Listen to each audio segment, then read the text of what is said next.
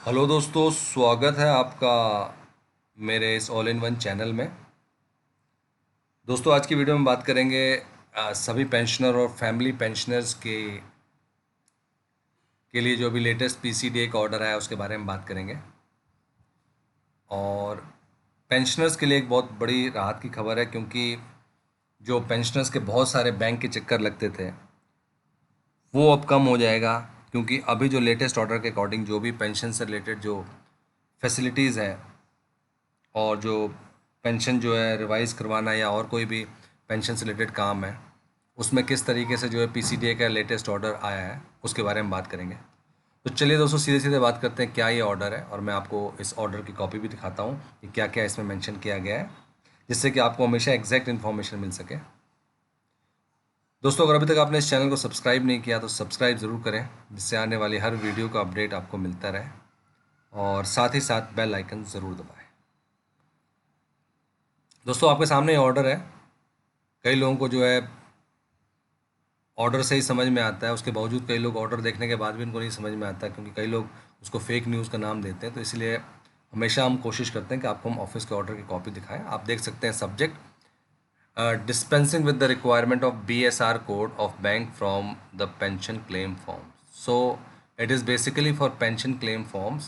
So while submitting, जब भी हम पेंशन क्लेम फॉर्म को सबमिट किया जाता है, या तो पेंशनर या फैमिली पेंशनर जो भी है, they have to provide the detail, जिसमें कि उनको आईएफएससी बताना पड़ता है और बीएसआर कोड बताना पड़ता है उस ब्रांच का।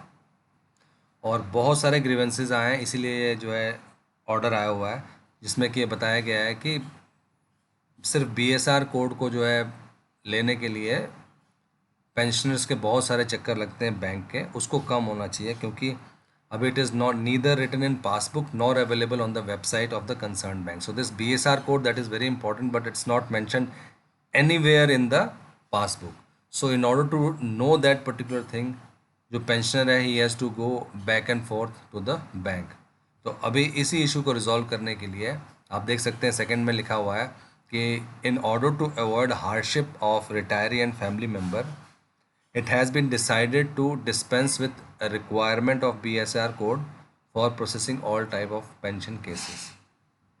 तो अब जो है अगर कोई भी पेंशन क्लेम का करना है तो उनको जो है they will not be required to provide detail of BSR code.